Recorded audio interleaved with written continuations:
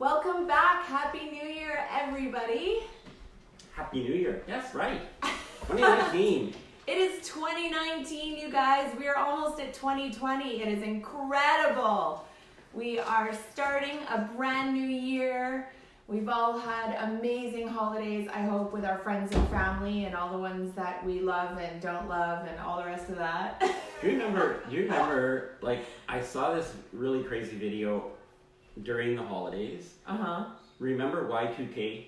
Yes, I do. Right? I had my son in 1999, so that was his first New Year's. So everybody's computer was going to crash, the world was going to end as we changed over to the year 2000. Now here we are, in our 19th year after the terrible Y2K. Anyway, it was a parody. They were making so much fun of how much terror and urgency people were making about, make sure your computer is updated. And I actually had a programmer tell me that he wasn't going to be anywhere near a computer on New Year's Eve that night. We actually had a big party in Edmonton, in Northlands Coliseum. We had about 5,000 people at a party that night. And wow. we thought, hey, if we're dying, we might as well die as a group, right? So whatever. It was so incredibly funny. But I just saw that because, as you know, I was away for a little over 2 weeks with my family and having a lot of fun. And so I was looking up some YouTube videos for our grandkids, and this thing came up. I was like, oh man, I remember that. People were so scared of midnight on 1999 changing over to 2000. And now here we are. Yeah, it was just a family party with a few friends, and it was just. Now here we are, a generation later. Yeah. Right? Yeah, your my son's 19. Up. Yeah. I know, it's absolutely incredible. I just want to say Happy New Year to Rhonda and Brenda and Rick and Tracy, all of you guys who are early comers and joining us as soon as we go live. Oh, and Megan, Happy New Year, everybody who has popped on live as soon as we popped on live. I just want to take a moment to introduce Alan Ogden. He is our resident glutathione authority. He has permanent residency here. He's gotten tenure, I guess is what you call it, right?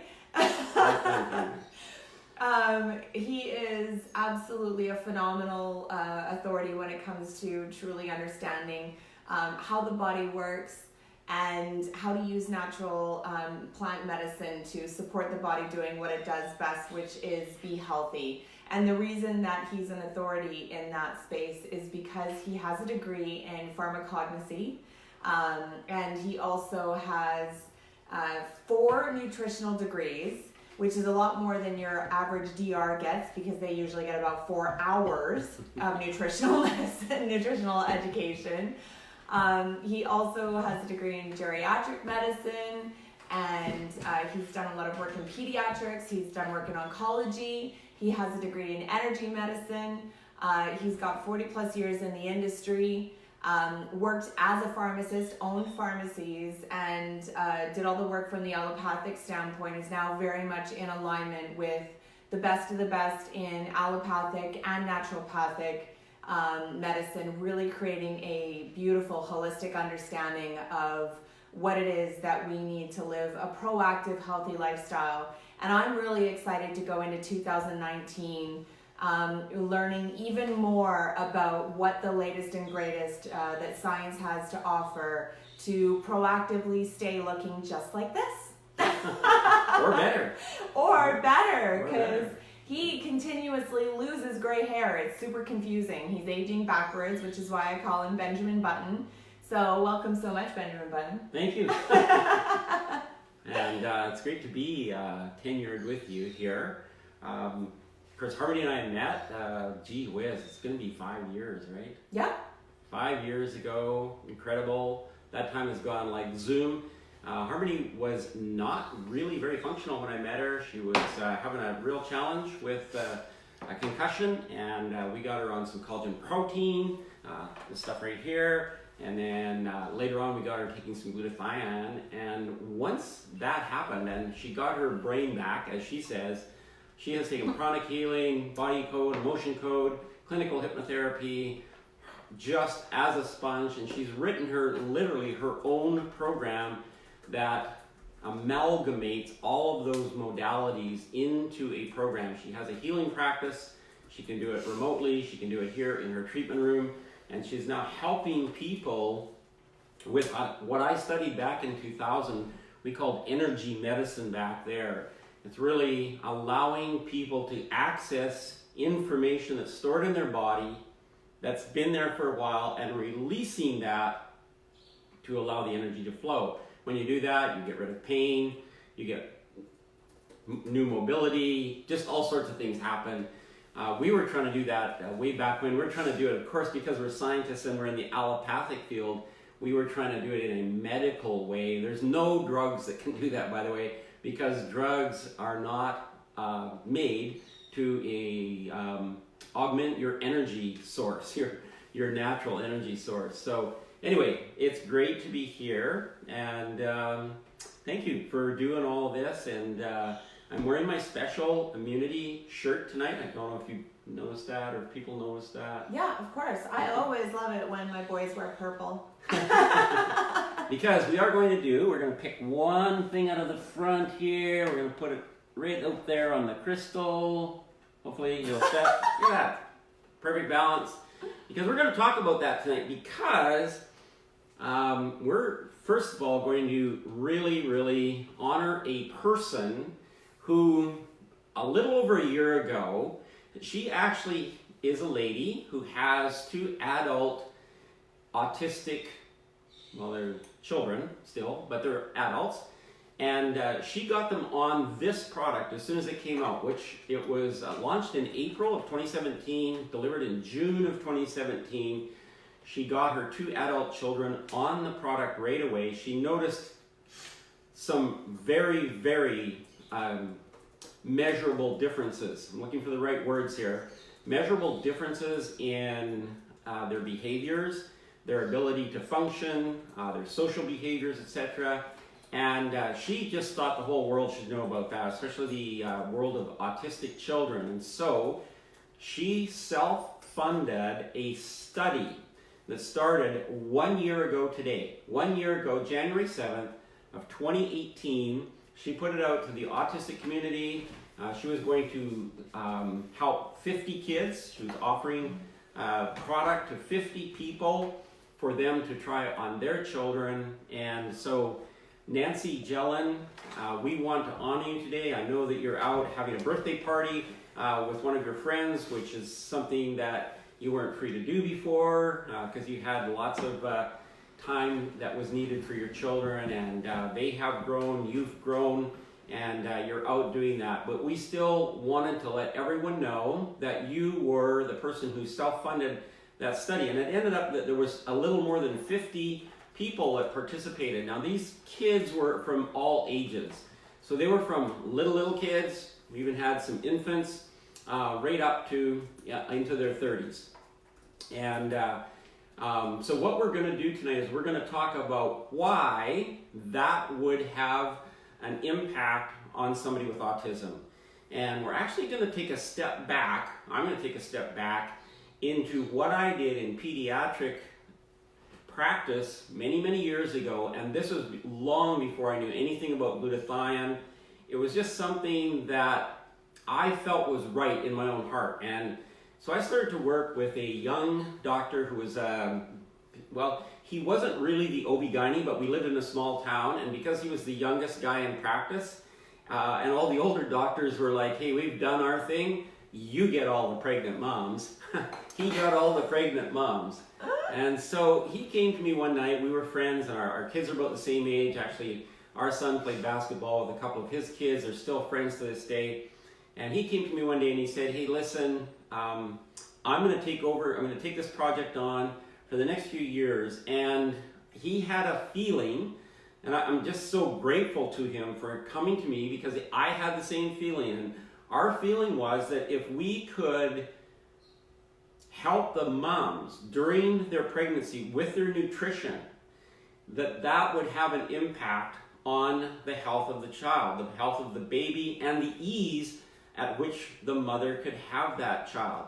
So just a supposition, it was just a feeling that both of us had.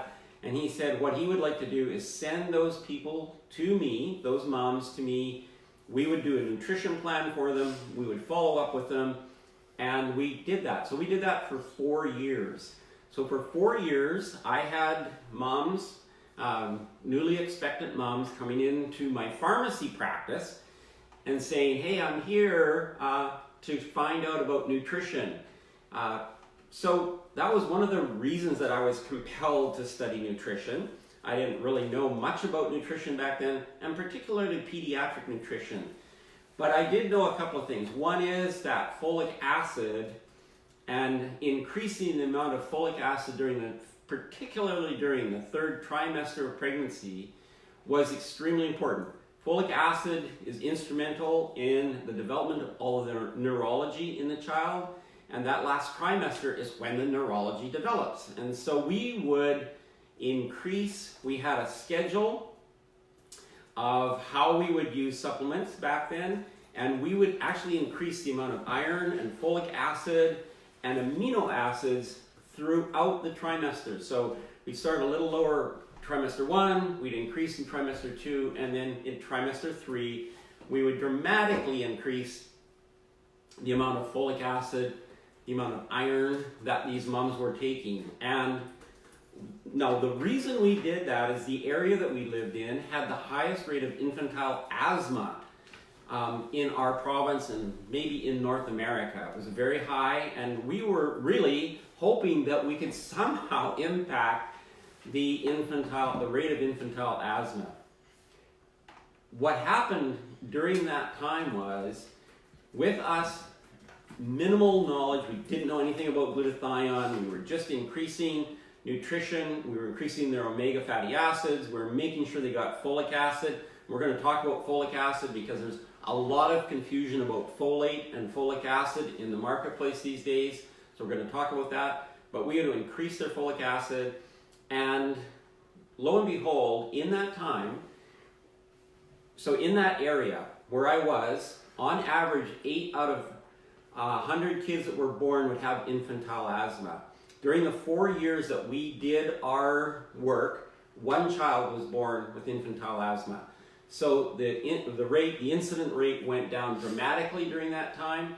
And then the doctor that I was involved with actually had another opportunity that he went off to, and I had another opportunity that I went off to. So, but during that 4 years, and so looking back on that now, I understand this. First of all, we were giving them the right supplements.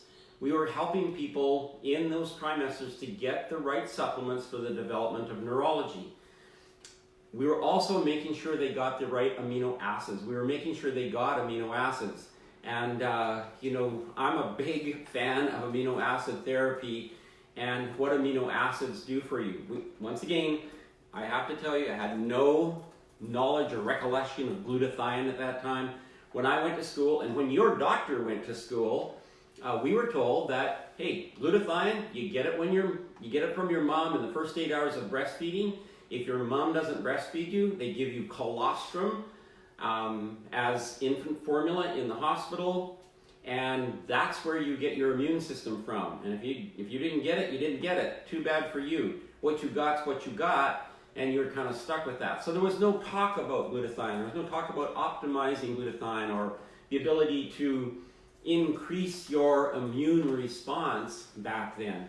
That was just the prevailing allopathic medical philosophy.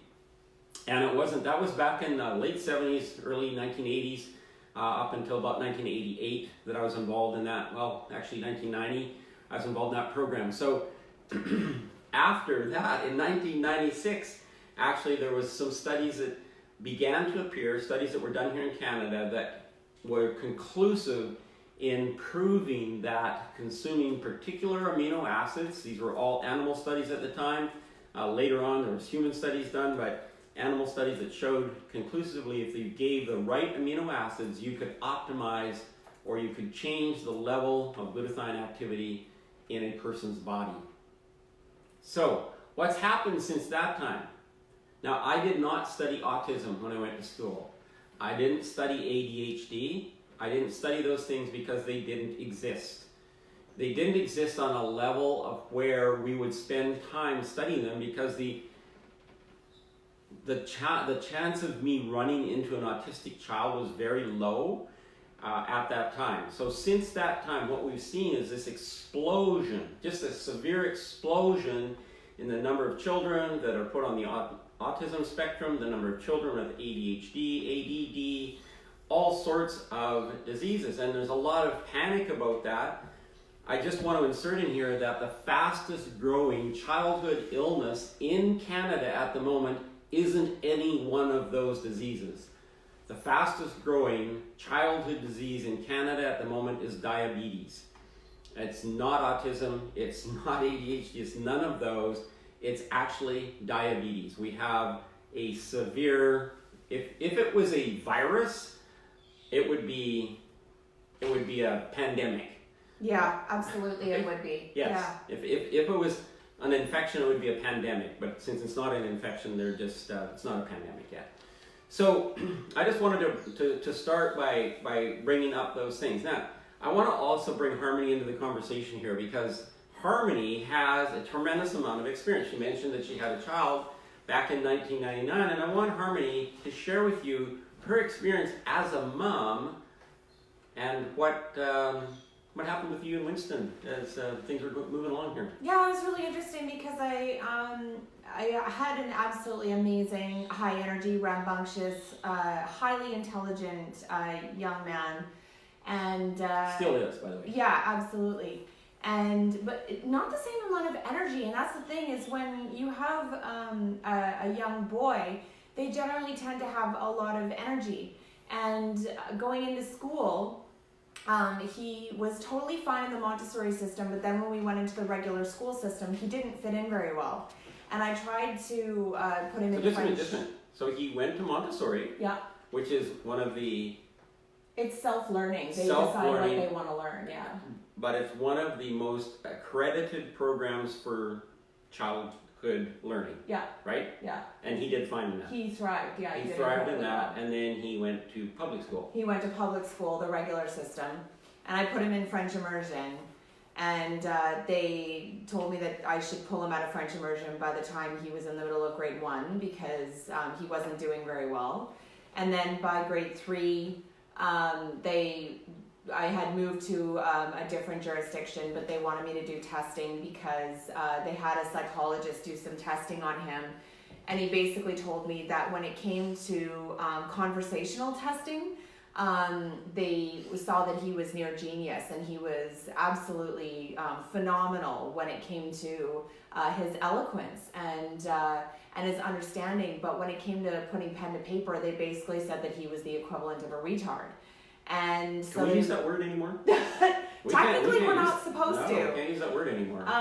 But so I ended up taking him to a doctor upon their request, and the doctor basically had me fill out a questionnaire, which is, I'm pretty sure, not how science works. But so they basically used my observational skills to diagnose him with ADHD. And so there really so they is didn't observe him at all. No, there's no burden of proof there. He was brought there, but the only testing that was done was me filling out a questionnaire on his behavior.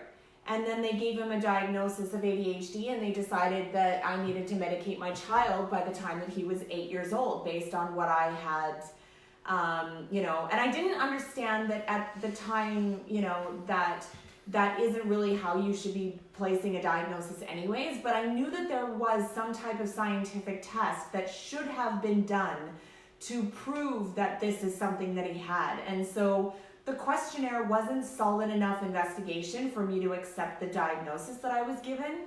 I've never been the type of a person to be a follower, so I don't necessarily always accept what authorities tell me. So I said no, I didn't fill the prescription. I ended up going and doing the research, and I thought what was really interesting, when I told the doctor that I wanted to research this, he led me to a book that was funded by pharmaceutical companies. So the pharmaceutical companies were incredibly savvy, and they knew there were going to be some smart women like me who were going to research this.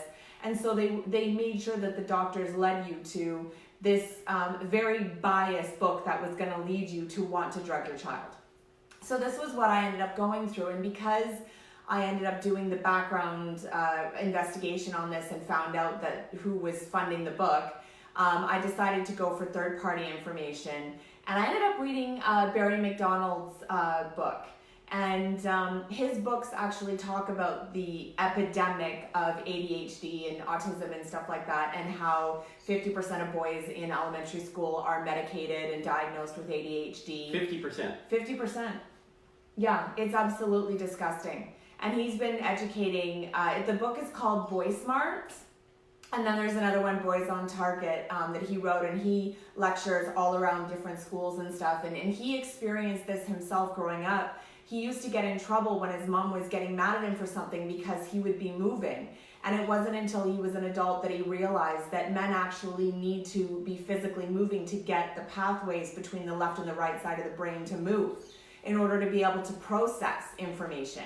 So when he's writing his books and he's writing stuff to educate people, he actually walks. He goes for walks to get the brain moving. So the way that, and he, explained that between the right and the left side of the brain, there's only one highway. Whereas with women, we have literally 8 pathways. So it's a super highway, kind of like Toronto. So it's a totally different scenario. So my son was misdiagnosed in grade 3, so he was 8 years old. By the time he was in grade 6, so he was 11 years old, the principal told me my son was no longer welcome in the school and they didn't want me to bring him back. So I ended up putting him in a system called Odyssey, which was government funded, but it was a homeschooling program guided by a teacher. So they would do testing based on, and talk to Winston about what he was interested in. And so he was actually able to talk to them about how he preferred to learn. And so we did math, but we did like math in the kitchen by measuring and doing cool stuff like that. And he loved word puzzles and stuff. So he was able to do that kind of stuff. And he had funding to do martial arts. And there was lots of really cool stuff that we were able to do. And the extra funding also afforded us the ability to be able to have extra testing done. So they did a much more grandiose scale of testing to find out what was going on with him. And I was able to see another doctor who was significantly better than the first one. He lifted the diagnosis of ADHD. They also figured out that he had an actual written output disorder. So there was something going on that was disconnecting the ability to be able to take the brilliance that was in his mind and put it on paper. And unfortunately, at that point, they said he was too old and there was nothing that we could do. So I was left to figure it out on my own. And what's really ridiculous is he's 19, and the thing that is getting him over it is playing Dungeons and Dragons. I am blown away, because if I had realized that this role-playing game was going to be the thing that was going to get him over this, I would have had him doing this when he was 12 years old. It's unbelievable, the mathing and the English and the reading and the writing and all of these skills that he's developing because he's so incredibly passionate about it. It is helping him work through this disability that he apparently has. But if I had listened to the system and done what I was told, I would have been drugging my child for 4 years before I had figured out that he was misdiagnosed. And there's proof to say that the drugs that you put your child on for that stunts their growth. I've read studies where it actually causes depression and suicidal tendencies. There are so many horrible side effects. And don't get me wrong, I am not here for 1 second to judge any mother who knows their child and says that the diagnosis they're given is right for their child and they decide to put them on medication to get them through something. I 100% love and support you for the decisions that you make. Me, on the other hand, I knew that the diagnosis was wrong for my child, and if I had listened to it, knowing in my heart of hearts that it was wrong and done it, it would have been the wrong thing for my child. And he's now 19 years old, and he is working through his challenges and is finding things he's passionate about to get him past those things. And fortunately, because he didn't take those things, he's, verging on 6'2", and he's phenomenally healthy, and he's figuring out his own path. So And then on top of that, when it comes to the discoveries that Alan and I have been able to make when it comes to the products, what taking these products has done for him, taking the collagen protein and optimizing his glutathione, has been absolutely life-altering for that child. He really struggled with depression coming out of living with my mother for 2 years and 3 months. And when he started optimizing his glutathione, within about a month he was coming back and he was telling me about how it was supporting his ability to multitask. And of course the way he was describing it was like a child talking about his games and stuff that he was playing. It was really supporting his memory. He was able to access information about things without having to go and look at it. It was just there, and he was able to recall, which was phenomenal. And it really, really elevated his mood. So if he was feeling low energy or if he was feeling a bit depressed, he would actually go and optimize his glutathione. And he said that it made him feel amazing.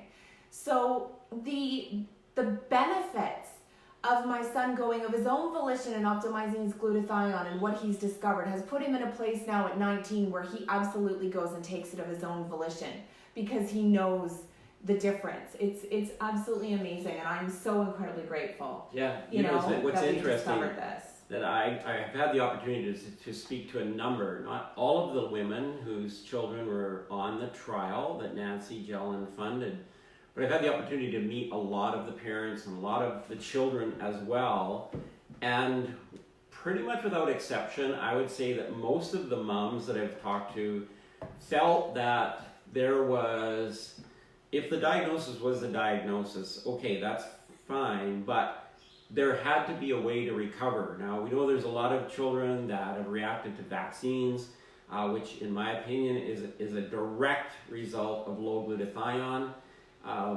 Your glutathione's low, you're going to have a trigger. It can be a vaccine. I know there's a lot of talk about vaccines, but there's many other triggers to autism. Food can be a trigger, dairy can be a trigger. We have a friend whose child, that's what happened to them at about 18 months old.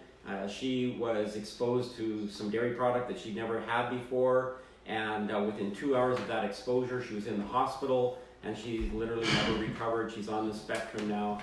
So there's many triggers, but it leads me back to the things that the doctor and I were doing for 4 years in our ignorance, really, was ensuring that people were getting amino acids. We were ensuring that they were getting supplements.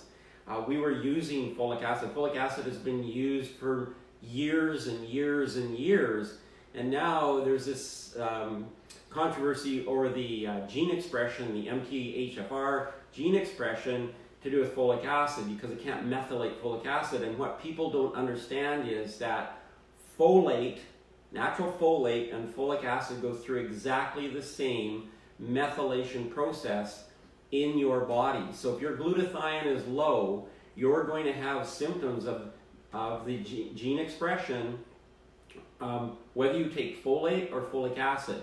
It might not be as exacerbated because when you take folate, only 30% of it is absorbed, or when you take folic acid, it's all absorbed. So it might be less, but they go through the same thing. So you have to have optimal glutathione to utilize either folate or folic acid in your body.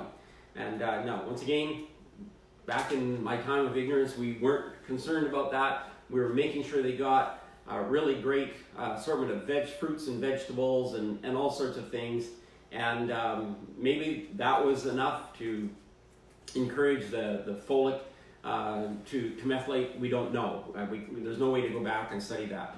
But we do now know, and you can look it up. You don't have to take my word for it. You can look it up.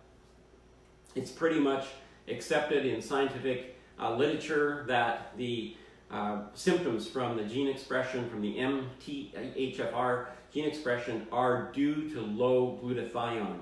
And so that's one thing that we don't worry about with this product is we have many people who have that challenge. They've taken Immunití. They do not have a challenge because we're optimizing their glutathione. Glutathione is responsible for methylation, not just of folic acid. It's responsible for methylation of proteins and amino acids in your body. That's one of its primary jobs, is when you have optimal glutathione, you can actually methylate things. And methylation is important when you go for cell regeneration, when you go for the production of protein, production of energy. You need methylation. So having optimal levels of glutathione. You were mentioning depression. I just want to talk about that for a second. What does glutathione do in our brain? Why would it help a person with depression? When you optimize your glutathione, so we're not talking about going down to a store and picking up a $9 or $10 bottle of reduced glutathione capsules. That is exogenous glutathione. That's not your glutathione. It doesn't have the same activity. There's no clinical trials really that prove that L-glutathione will have the same results in disease as optimizing your glutathione through amino acids, because you make your own glutathione. So in this formula, there is no glutathione. I just want to make that clear. There is no glutathione. It's amino acids that allow your body to make its own glutathione. When it does that, your own glutathione can actually substitute for neurotransmitters in your body, neuropeptides that might be missing, and so you're getting a double benefit there. As well, about 5 years ago, some researchers in New York discovered literally how our cells communicate with each other. And so when you're a fetus, when you're starting your initial life path, how do you know when your kidney is grown? How do you know when a lung is developed? How do you know, a baby's born at 6 to 8 or 9 pounds, something in that. It's got a complete set of lungs. We all look at it and go, wow, look at it. It's got 10 fingers, 10 toes. It's got beautiful eyes. It's got hair, whatever. But it's got organs in there too that are functioning. And how does your body know when you have a kidney? How does it know when you have 2 kidneys? Or how does it know that you have 2 lungs? Well, there's peptides in your body that are specific. So there's one specific peptide that's the U peptide. I have a peptide that literally controls the communication between all of my cells in my body. You have one too. And then each individual system in our body, like our kidneys have a peptide that literally communicates between kidney cells. And as the kidneys are developing in utero, the kidneys will say, okay, that's good, we have a kidney. You don't have to have more cells, stem cells become kidneys. We have a kidney, we have lungs, we have intestinal tract, we have these organs. So each system, so there's multiple peptides in our body. And what they discovered is that each individual cell makes glutathione in your body. That's for that individual cell to protect itself, allow it to produce energy, allow it to produce protein, allow it to live a healthy life, as Harmony says. Each and every single cell in your body. Each and every single cell, yes. Thanks. Each and every single cell has glutathione. It has to have glutathione. If it does not have glutathione, it dies. It's that simple. Turns into a zombie cell. Turns into a zombie, yeah. Turns into the zombie apocalypse. That word. So, without glutathione, now here's a really cool thing. In recent tests, what they did is they actually took cells and they added something that prevented the amino acids that are in that formula from forming glutathione, and they found out that even with that drug in there, which blocked the enzymes from forming glutathione, it's the amino acids and the selenium still provided a measure of cellular protection. So there's something else going on with the amino acids that will not happen with glutathione. Guaranteed, it will not happen with exogenous glutathione. So we have this really great, awesome discovery that was discovered, basically here in Canada. Research has been done. $100 million has been spent on how we optimize glutathione. That's been spent in Canadian universities. There's other people. There's still the NIH in the United States, National Institute of Health, is still funding research. They still have $40 million left in a fund to research amino acid therapy in the optimization of glutathione. So the government is actually supporting this. This is so critical and so important to our health and the health of our future generations. That the government continues to fund research to figure out all the ways that glutathione actually is integrated into our body, and all of the disease states, and how it literally acts and reacts different in different disease states in our body. We don't have an understanding of that yet, but it's being researched. So in kids that have challenges with learning, when you optimize glutathione, you have the ability to substitute neuropeptides, neurotransmitters. You have this extra immune protection. But here's the really good thing. And one of the things that we're doing, because this is the 1 year anniversary exactly of the first child taking the first dose of Immunití to start the trial back in January of 2018, is we don't keep our cells. I don't know if you have ever thought about this, but cells are dying in you. As we've been talking here for the last, whatever it is, 30 minutes, 35 minutes, you've lost 35 million cells. You lose a million a minute at least. You've lost 35 million cells. They've died, and they've been replaced by 35 million new ones. And those 35 million new ones either have optimal glutathione, so they can function and be healthy cells, or they don't. And that is entirely up to you. So people will say to me sometimes, well, Alan, is it necessary that I continue to take these amino acids to optimize my glutathione? And my answer to that is, when you quit manufacturing cells, you won't need to optimize your glutathione. That's the answer. You can quit then. Don't have to worry about it then. Once you're not making any more cells, you won't need glutathione. Most people think of it as something that's a temporary thing that you just have to take for a short period of time, just like taking oil of oregano when you're starting to get sick or something like that. You know what I mean? Because of the fact that optimizing glutathione is linked to dealing with inflammation and dis-ease in the body, I think there's the ideology that if you just take it for a period of time, it'll help resolve whatever it is that's going on, kind of like oil of oregano being antiviral, antibacterial, right. antipathogenic, that it'll help your body fight off whatever it is that's going on and balance it, and then you don't need to take it anymore. But what you actually need to do is think of it more like food. So we need to eat every day in order to be able to survive. The glutathione in our body, which actually is, think of it more like an organism that actually needs to be fed, is working to keep you alive and to keep you healthy and to keep all of the processes to keep your body functioning. Yeah. And so in order for, Mr. G, let's call it, to do his job, he needs to be fed on a regular basis because he is constantly working and he's using energy doing so, just like we do in our daily life, burning calories, going to work and taking care of our kids and doing all the stuff that we're doing. So if you think about it that way, they are actually feeding this little guy that's in there fighting for you to keep you alive, to make sure that everything is working the way that it's supposed to, then you just feed him. It's just food. Also, when we're talking about recovery, so recovery from autism or recovery from any particular disease, you think about your body. It takes 7 years to replace all the cells in your body, but there's cells that replace in days. The cells of your eyes, for instance, replace every 3-4 days. The cells of your skin replace in just a few days. There's other cells, your red blood cells, 90 days you have, completely new red blood cells.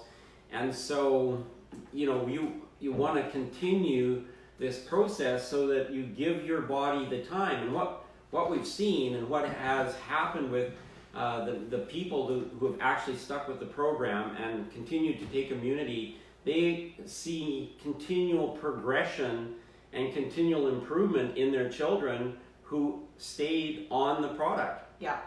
And it's the same with adults, by the way. If you have a particular situation that you're dealing with, my brain, for instance, or Harmony's brain, and concussion, so on, as we stay on that program, it was felt or thought, or it was dogma a number of years, for many, many years, that your brain, your neurons were the only cells in your body that you couldn't replace.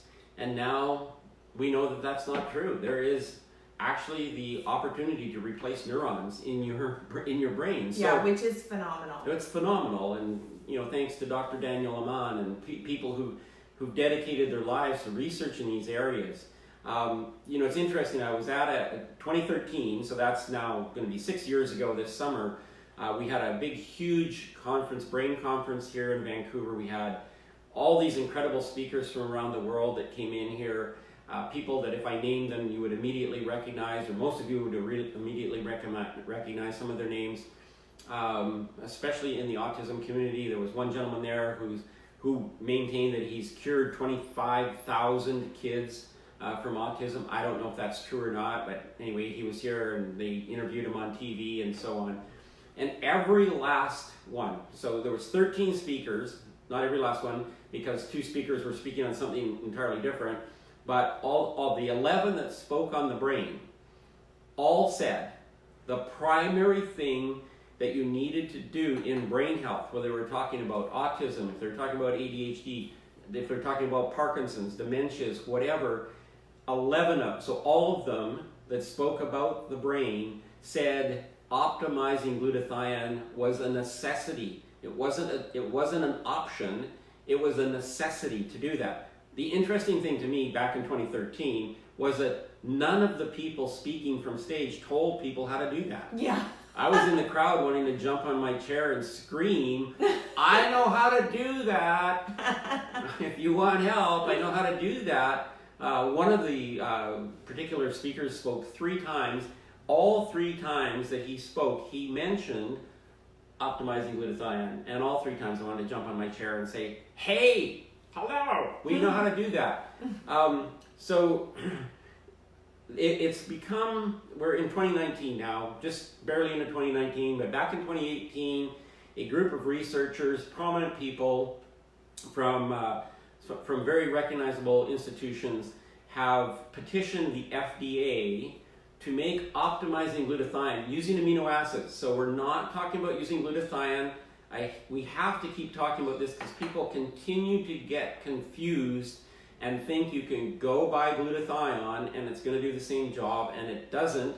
So when we talk about optimizing glutathione, we are talking about taking amino acids to optimize your glutathione, but a group of researchers has petitioned the FDA in the United States to take the optimization of glutathione out of the naturopathic realm where it's now put, because amino acids are natural medicine, but literally to take that and put it in the allopathic as a protocol. So in other words, what these researchers are encouraging the FDA to do is to say to all medical professionals in America, when people come to you and they have a chronic illness or they have something that they're going to deal with for a long period of time, maybe their life if they happen to be a child, then one of the protocols that you need to implement is optimizing glutathione.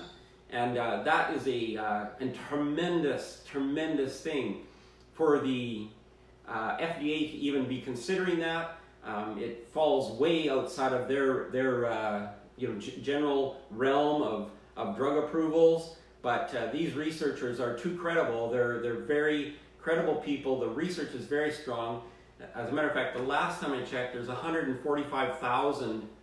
more than 145,000 articles on PubMed about the activity of glutathione in our body. And so, it's just becoming, they say that it takes about 17 years or a generation for an idea, and it's really interesting. 1996 was the first time that one hospital in Canada began using amino acids to optimize glutathione. They were just using it in an emergency setting, but still they started using it in 1999. So we jump ahead, 20 years. It's a little more than 20, but we jump ahead 20 years, and now we have a group of researchers, scientists, and people saying to the FDA, look, this is so important. This is so incredibly sound. The science behind this is so incredibly sound. We need to flush it out of the idea that it's just a natural thing and blah, blah, blah, blah, blah. We need to put it into medical protocol. When you come in, if you have depression, if you have whatever, one of the very first things that you need to do is have your patient optimize their glutathione. Now, one of the challenges, of course, is that there is a drug to do that, called N-acetylcysteine, and unfortunately it doesn't have very much activity in the brain. Most of its activity, 90% of its activity, is in your liver. But regardless, at least we're at the point where the FDA is looking at the information and looking at the science and going, okay, maybe this is something that needs to be considered. So we're not, blowing smoke any longer. It's very, very credible information that's being passed on. There's a question when you're ready. Okay, I'm just about ready for a question. But I just want to say this because I know Winston. I mean, I've met him. Winston's 19 years old. He's bigger than me, so I have to respect him. And, to think about the journey that he's gone through, and he's just one of many children. I can tell you about the journeys, and I promise not to do that for the moms that have their children. We're not going to name names on the program tonight, but the moms know who they are. The journey that these people have gone through to get to the point where they are, where they've had to literally turn their back on all traditional medicine and fork money out of their own pocket. Some people have some kind of insurance coverage, but I've literally met people that have spent hundreds of thousands of dollars on their children or their child because they cannot be treated in a traditional sense, or the parents won't agree to have them treated in a traditional sense. We're talking about something here that's like about $65 in American dollars, $65 a month, that has proven to be extremely successful in helping these children overcome many of the challenges they experience. And so it's just kind of incredible to me. We have a tendency to make things complicated, believing that this is a complicated problem, so then it needs a complicated solution. We look at cancer. Cancer has now become a very complicated thing. There's so many kinds and different ways to diagnose it. So, we look at that and we say, well, it's so complicated, so then it needs a complicated solution. But think about this. Those of us who are healthy and living our lives and doing things that we're doing, our body is taking care of us. Our body has the best pharmacy going. Our body has the best medical solutions right inside of it. Otherwise, we wouldn't have any healthy people. We wouldn't know what health looks like. So our body doesn't seem to think being healthy is complicated. Our body doesn't seem to think that maintaining health is complicated when we feed it the right things, the things that it needs, when we follow the pathways that the body uses, which is what we're doing with the amino acids. We're just following a genetic pathway in the body. Actually, when we give people the collagen protein, the hydrolyzed collagen protein, we're giving them free-form amino acids, and we're allowing the body to make decisions about how to use those amino acids to restore collagen in your body, to restore other tissues. So the body's really intelligent. It's really smart. Mm-hmm. You don't have to sit there and think about how you're going to heal the cut on your finger. Your body will take care. And we all know that. We get a cut in our finger. We don't go, oh my gosh, this is so complicated. We go, oh, got a cut in my finger, and I put a Band-Aid on it, and I'm going to let my body take care of it. And I hope that sometime we can get there with our same concept with medicine. Yes, these things look complicated, but the solutions don't have to be gigantically complicated. Yeah. We can follow what nature is doing. How is it? I mean, we study illness so much. This is one of the things that has bothered me. I have a brother who's a psychiatrist, and we chat once in a while, and he deals with extremely violent offenders. That's his practice, which good on him. Congratulations to him. I don't know how he goes home at night and comforts his own children when he's dealt with violent young offenders all day long. But somebody needs to do that, and he's chosen that path.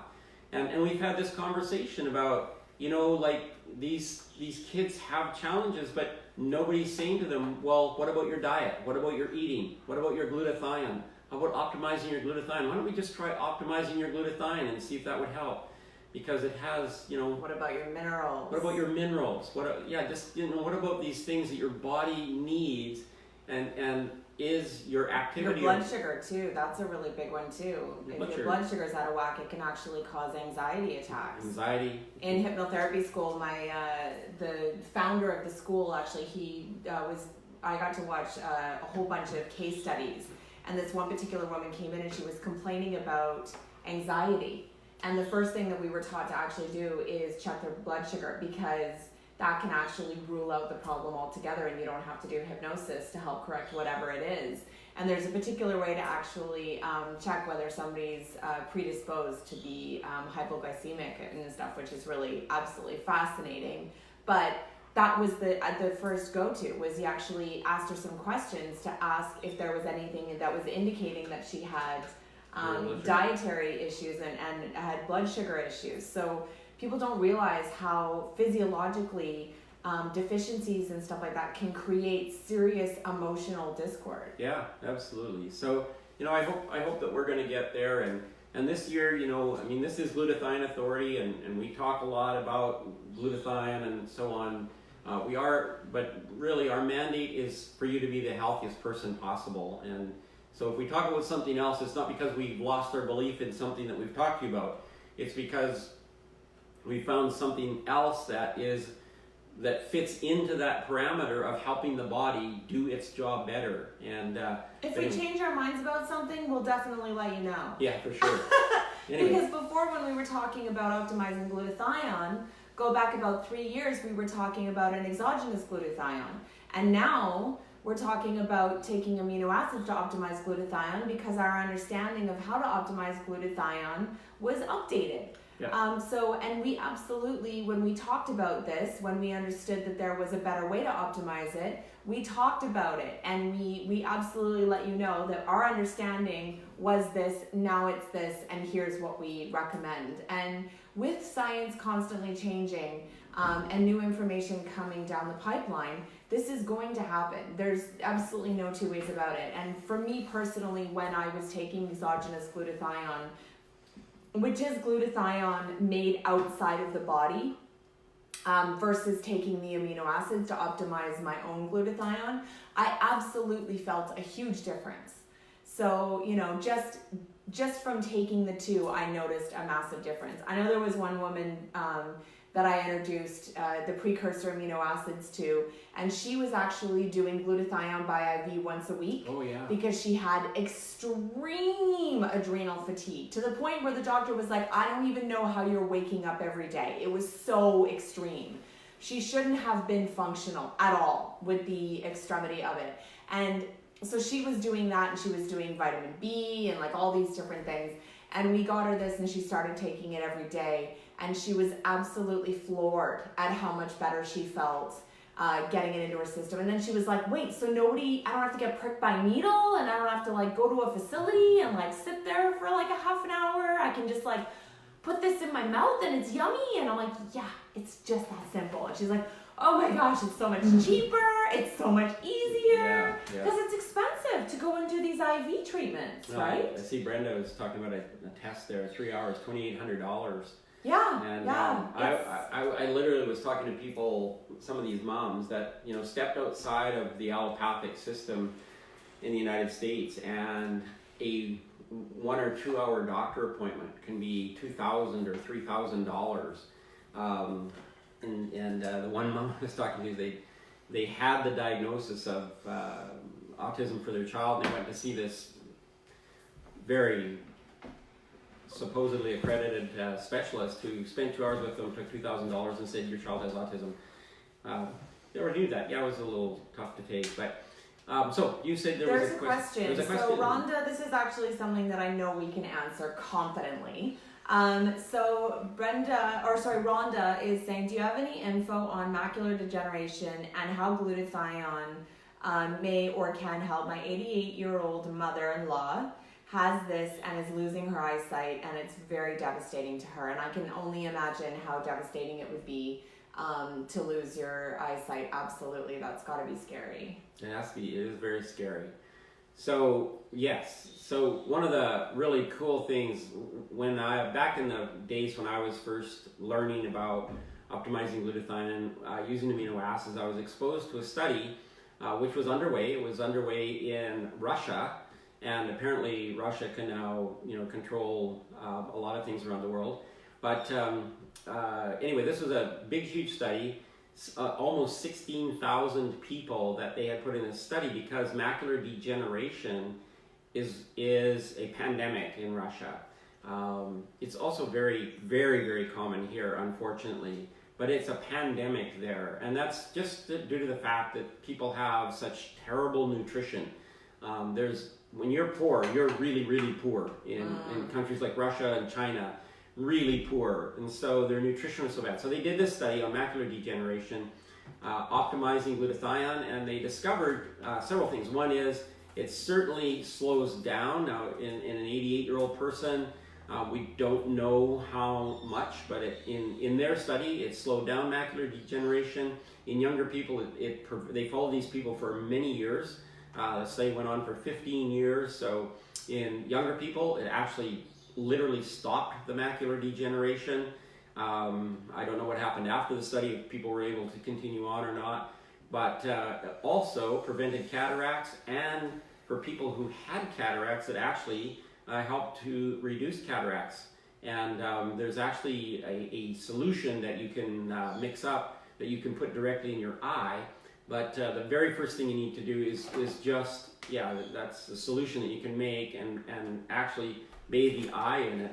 But the very first thing is to internally optimize the glutathione, for sure. So if your mother-in-law can take the Immunití, whatever she can take, 1 or 2 packages a day, for sure. I have a really, really good friend here in Vancouver. He's the same age as you, actually. And he was diagnosed with macular degeneration when he was 28 years old. Oh, geez. And so he was legally blind by the time he was 30. And wow. One of the things they did with him, which was really helpful, was they and this is years ago, so 12 years ago, they actually funded him 1 year of glutathione injections, which literally has kept his macular degeneration. That 1 year of glutathione injections stopped the macular degeneration at a particular point, and it has stabilized. Now, I've had him on amino-acids since then, but it literally, so he was declared legally blind before the glutathione. They put him on the glutathione. He has a dog, he has his guide dog. He does really well. He can still travel. He's a great, great young man. But so. But there are many phenomenal cases of people that have been told that they were going to have cataract surgery and literally did, eye washes with the GSH complex and were not, they didn't have to go for cataract surgery anymore.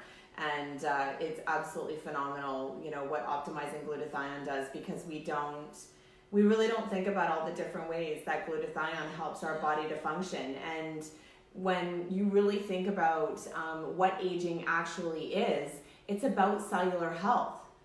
And optimizing glutathione helps to protect the cells and keep the cells healthy, and then tells the cells when they're replicating to create even healthier cells. So as the body is renewing itself and duplicating cells, you actually get healthier. This is the reason that I actually call Alan Benjamin Button, and why his hair is actually starting to produce hair, like new follicles that actually have pigment in it again. It's because the cells that are actually producing these pores, that are producing follicles, are healthier, and so they're producing melanin again. It's the cells dying and not being able to communicate to be able to produce melanin that create the gray hair in the first place. Well, that is reversing in somebody who's 65 years old.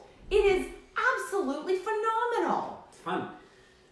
There's a question there. Yeah, so GSH complex, is that gluten-free? Yes. It is absolutely gluten-free. This is gluten-free. This is gluten-free. Yeah. So is the eye wash available in the U.S.? Absolutely, it's available in the U.S. Right now, actually, if you hit our Shop Now button on the Glutathione Authority Facebook page, it'll take you right to the page where you can get the GSH complex, and it'll be at your doorstep within like 3 business days. So yeah, absolutely not a problem. And if you have any questions about that, Kim, we are happy to answer any questions and chat with you afterwards to support you. And Rhonda, same thing for you. We're happy to answer any questions post live event to support you with your mother-in-law to make sure that she gets what she needs as well. That's the whole reason that we're here. It's very kind of you to take care of your mother-in-law. Yeah, that's absolutely fantastic. We're really, really passionate about, educating mothers who are, struggling with children that have literally issues that are so debilitating that it's giving the mothers Hashimoto's. Yes. It's just phenomenal. I understand what it's like to be a single mother having a child who was diagnosed with something and they're wanting you to medicate your child. And, it's just absolutely crazy, that the only answer that you're being given is to give your child medication, and the medication isn't actually resolving the problem. And for parents that are getting resolution with their doctors using allopathic medicine, that's absolutely amazing, and I have zero judgment for that. But those of you who are looking outside of that and are looking for answers because you're not getting the care or the results that you're looking for, we can absolutely tell you with all assurity that these products absolutely have gotten results because, this amazing woman went and spent the money to have 50 people, 55 was it in total? 56 people of a large age range testing the Immunití and had absolutely phenomenal results. And we've been able to watch one young man's journey going from being on a leash and not talking to running around and being self-regulating, riding horses, playing golf, reading, being able to sit down and eat watermelon in a barn, being able to go to all sorts of beautiful parks and everything and be very responsible and stay by his mother's side. And it's absolutely miraculous. And I am so, so happy for these mothers that have been able to give their children the right nutrition to be able to help to balance, the mind and the detoxification. And this is really what's going on. We have to understand, that this is two-pronged. It's not just what's going on in the mind and that there is just a neurological dysfunction. If the glutathione isn't optimized in the body, for children that are dealing with something like autism, what's happening is their body is actually so burdened with toxins and the body isn't able to properly detoxify because our glutathione, 50% of it is in the liver, right? The liver is our detoxification organ. So if it doesn't have the glutathione that it needs to help to detoxify, the child is going to be overburdened, and what happens is heavy metals and such end up going up into the brain, then causing neurological disorder. So it's supporting the liver, detoxifying the toxins from the liver and from the body, and then it's also supporting detoxing the brain and supporting neurological function. And I understand this personally because I suffered from a brain injury. And when I optimized my glutathione, I got my sense of humor back. Also, the amino acids that we're talking about, there's a patent on those amino acids for the removal of heavy metals from your body. So yeah, so there really is a two-pronged process that is happening here that's allowing for the children to be able to have proper neurological function and be free of toxins, allowing their body to be able to do what it needs to do, because we know what happens when we consume too much sugar, right? Your body literally becomes numb. And then when you literally do a detox and you don't have the sugar in your system anymore, all of a sudden you're tasting your food better. Yeah. And vegetables actually taste sweet. And you start to become sensitive to junk food. So when you go back and try to eat it, it makes you sick. It's because your body is actually functioning better and you can listen to it speaking to you. It's the same thing with children that are dealing with things like autism and ADHD and everything. When we literally get this junk that is in our system out of it by optimizing glutathione, which does that for us, the body is able to function better, and the symptomology that you see in these children starts to subside, which is so exciting for these mothers. Yeah, so that, the final, I know we've gone our hour here, so the final thing that I wanted to say is when we were making this, we had children in mind, because so many supplements, if you pick up a bottle of supplements pretty much at any health food store, there's going to be a warning on the back that you can't give it to kids under a certain age. Sometimes it's 12, sometimes it's 6. you can't give it to children. And, you know, they're the ones that need the supplementation probably so desperately. And so when we were making the Immunití, we had children absolutely in the front of our mind. We wanted to make something that kids could take, that little kids could take. And so this is safe for all ages of people to take. It's amino acids, it's some vitamins and minerals, it's things that people would get in their food, except the amino acids, they won't get that in their food in the ratio that they need to make glutathione. So it was made that way, and I had a question I'm going to answer because the sweetener in there is maltodextrin. People, that is not from GMO corn. It's not from corn at all, actually. It's from rice. It's rice maltodextrin that is used in there, so it's not corn at all. So if somebody looks at that and says, oh gosh, it's got, you know, that in it. No, it doesn't. It has rice maltodextrin. And so, you know, it is a little sweet. So the other thing I want to say is, you know, generally people mix one of those in a 500 ml bottle, and then they hand it to, now some kids will drink that, you know, before breakfast or before school or whatever. It is not necessary to drink that all at once. I just want you to know that you don't have to guzzle your Immunití down for the effect. You can drink it throughout the day. You can drink it over a period of time. You can drink, you know, half of it in the morning, half of it after school or whatever. It's not something you have to guzzle down. So we get that idea because that's the idea behind medicines, generally speaking. If we get a pill or whatever, we swallow a pill or a capsule, we get the whole dose at once and hopefully it lasts for a period of time. Yeah. When you mix up Immunití in a bottle, it's fine. Just keep shaking it because there is some of the minerals and one of the amino acids, yes. They're actually hanging out at the bottom of this. They'll hang out because they're not water soluble. I have a latte mixer and I usually just take the latte mixer. But if your kid's taking it to school, you can actually take one of those, like, you know, the shaker cups that guys usually use when they go to the gym and it's got a ball in it. You could literally put it in one of those and it's a fair amount of water and they can just take it and shake it up whenever they want. Take it and shake it. Yeah. Shake it and take it. Take it and shake it. Shake it and take it. So anyway, we're really, really excited that it's 1 year. The kids are doing well. The parents are doing better. We hear it all the time. We want to say once again, thank you, Nancy Jelen, for taking that responsibility on. Initiative and funding that study. There was no way for me to reach those people. There was really no way for the corporation to reach those people. It had to come from a mom, because I know from my experience with these mothers will trust other mothers. They're really skeptical of the scientific community. They're really skeptical of the medical community.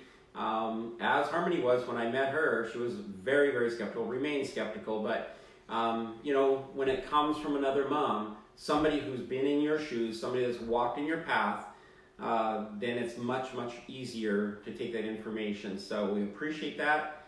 We wanted to call out Nancy and congratulate all of the moms for sticking with the program. And for those of you who are still out sharing it with other moms, we know that this can be a tremendous help to many, many more children. So great to know that there's women out there that are making a difference and are not accepting what society is saying is an authority, and you know, that are banding together to create change in the industry and to support their children and not just doing what they're told. So I appreciate each and every one of you guys. And, you know, I did the same thing myself, but I didn't have a support network or a group of other mothers that were supporting me. They were actually telling me that I should drug my child.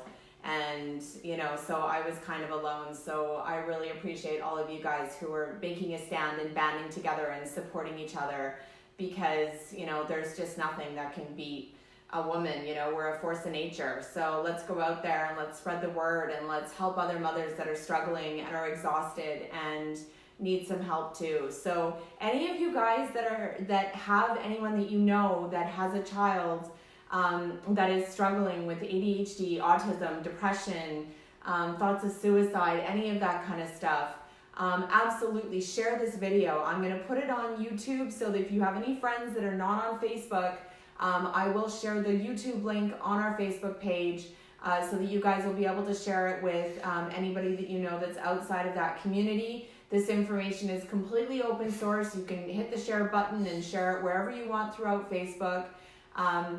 If there's anyone that you know that's got some questions around how to support their children, we're here to help. They can send us a message on the Glutathione Authority Facebook page. We're incredibly passionate about spreading the word and helping to alleviate the trials and tribulations that come with these diagnoses. So I really, really hope that you guys all have great plans for 2019, and we're just getting going. And if you have any suggestions for anything that you guys want us to talk about, feel free to let us know, and we will be here same time, same day, and all the rest of that, same place next week. So love each and every one of you guys, and we'll see you guys again next week. Happy New Year, everyone. New Year. Bye. Bye.